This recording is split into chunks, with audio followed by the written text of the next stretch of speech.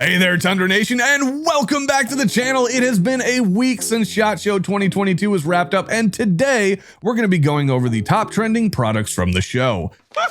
From new guns to new ammo to new accessories and more, we've got you covered. And while we didn't actually go this year, I still think we can sum it up according to my writers and their literal dozens of minutes of research from watching AR15.com videos. So make sure to hit that subscribe button and make sure your notifications are turned on to help us beat the YouTube algorithm. So sit back, laminate a counterfeit name badge, and let's start the show. Let's start with everybody's favorite innovator, Glock. Every year they have some new model, a shorter slide, a longer slide, a shorter frame, a longer frame, finger grooves, no finger grooves, or some caliber that nobody was excited for. Well, this year everyone was hoping to get a sneak peek at that new Glock carbine that was patented, but what did we get?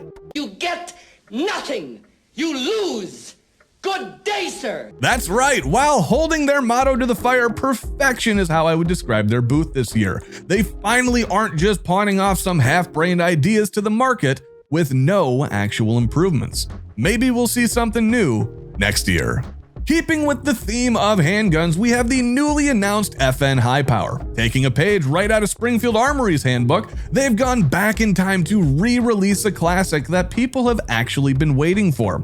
Hopefully these things don't suffer the same problems, like, falling apart in your hand when you rack the slide. That actually happened. The new FNs have come back with modern materials, designs, and colors. This is not a direct clone of the classic Browning design. This is a modernized work that actually we think JMB would be proud of.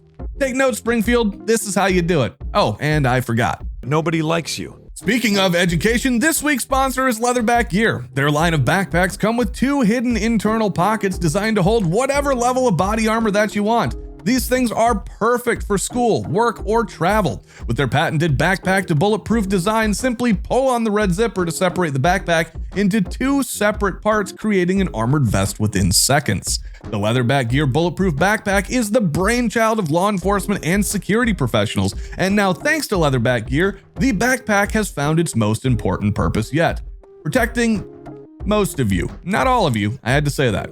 Check them out at the link down in the description below and get your go anywhere protection so you don't have to take a class with dust.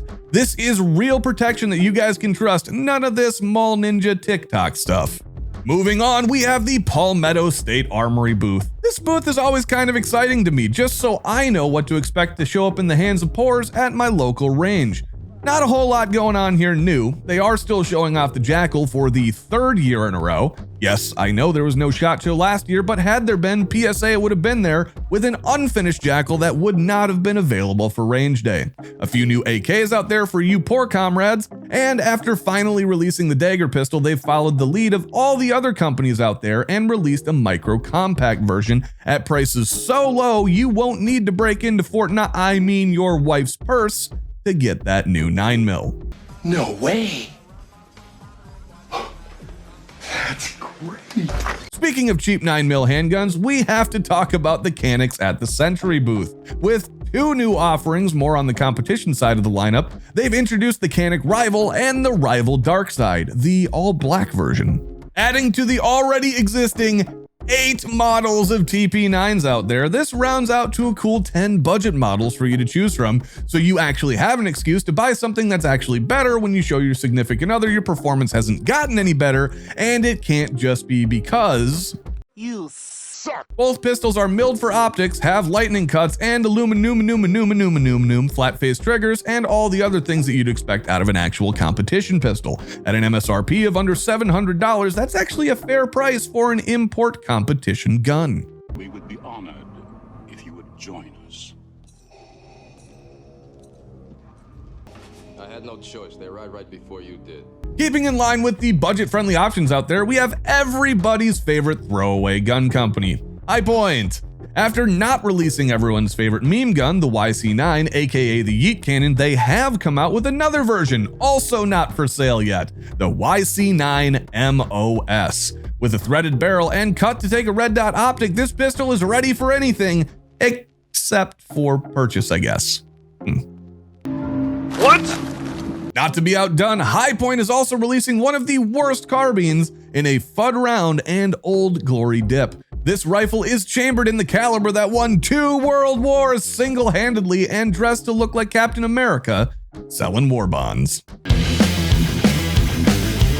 Talking about ammo, we have a few new things to cover. First off, we have a new carry round from Federal, the all-new 30 Super Carry, designed to have the same power as a 9mm and stack and shoot more like a 380.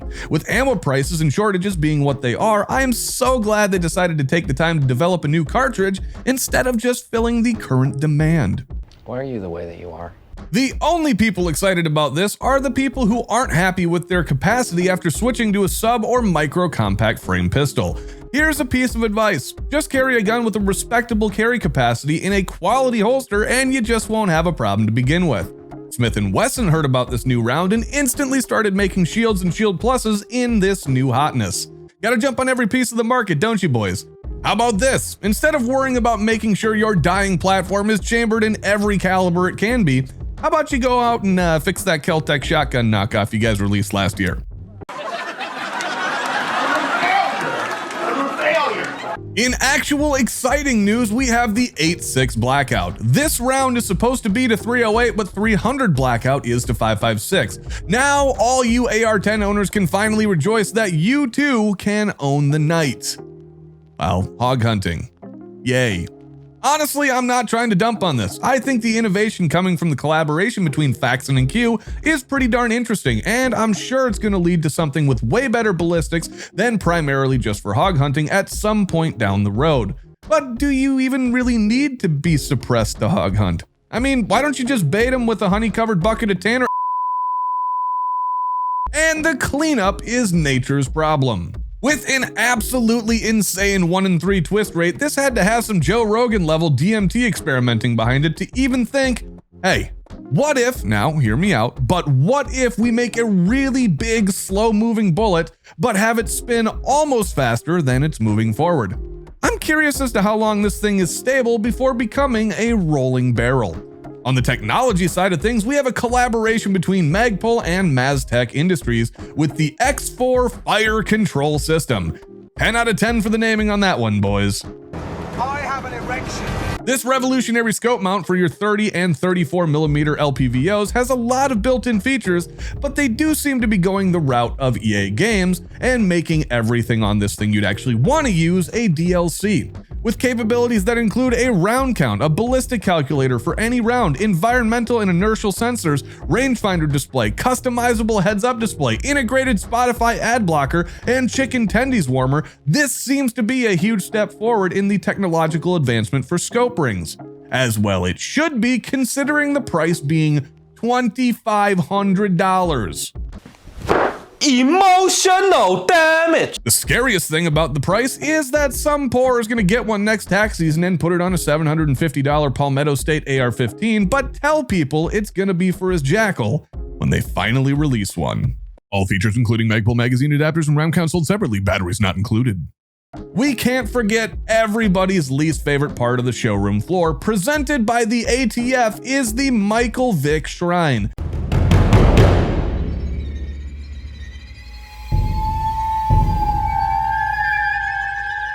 Yep, every year at SHOT Show, the ATF shows up to remind everyone that most of the cool stuff they just saw at range day will hopefully be illegal and not for you. All right, I'm gonna go cry. In fact, I'm convinced they show up just to scout out products to rule them as something that they're not, just so they can get their tax stamp money and potentially remain relevant. And even that's kind of a stretch. In an odd move, they did have a list of companies that they were offering to give free tax stamps to. Just a select few though, and it was kind of weird. BDU, Rare Breed Triggers, and CRS Firearms. Whoever that is. Next year, just stay at home and watch the AR15.com coverage like my writer did. Franklin Armory had a binary trigger for Glocks. B&T had a really cool QD suppressor. Honestly, there is a lot to cover and it's a lot of work. That's why I didn't go. Instead, I'm going to the Gundies, only if you guys vote enough. And with just a few days left in the month, we'd appreciate the votes for us in the Breakout Creator of the Year category. Let's do this together, Tundra Nation. This is not an award only for me, even though I reap most of the benefit. Thank you. But it's for you as well, and it shows the support and dedication from all you degenerates out there that actually appreciate our off-brand sense of humor. That wraps up this year's SHOT Show recap, folks. If you guys like this video, make sure to give it a thumbs up and comment down below what you thought we should have covered and what you're excited about from the show this year. Check out these two cripplers right here, and don't forget to join us next time when we still don't know what the heck we're doing. Bye.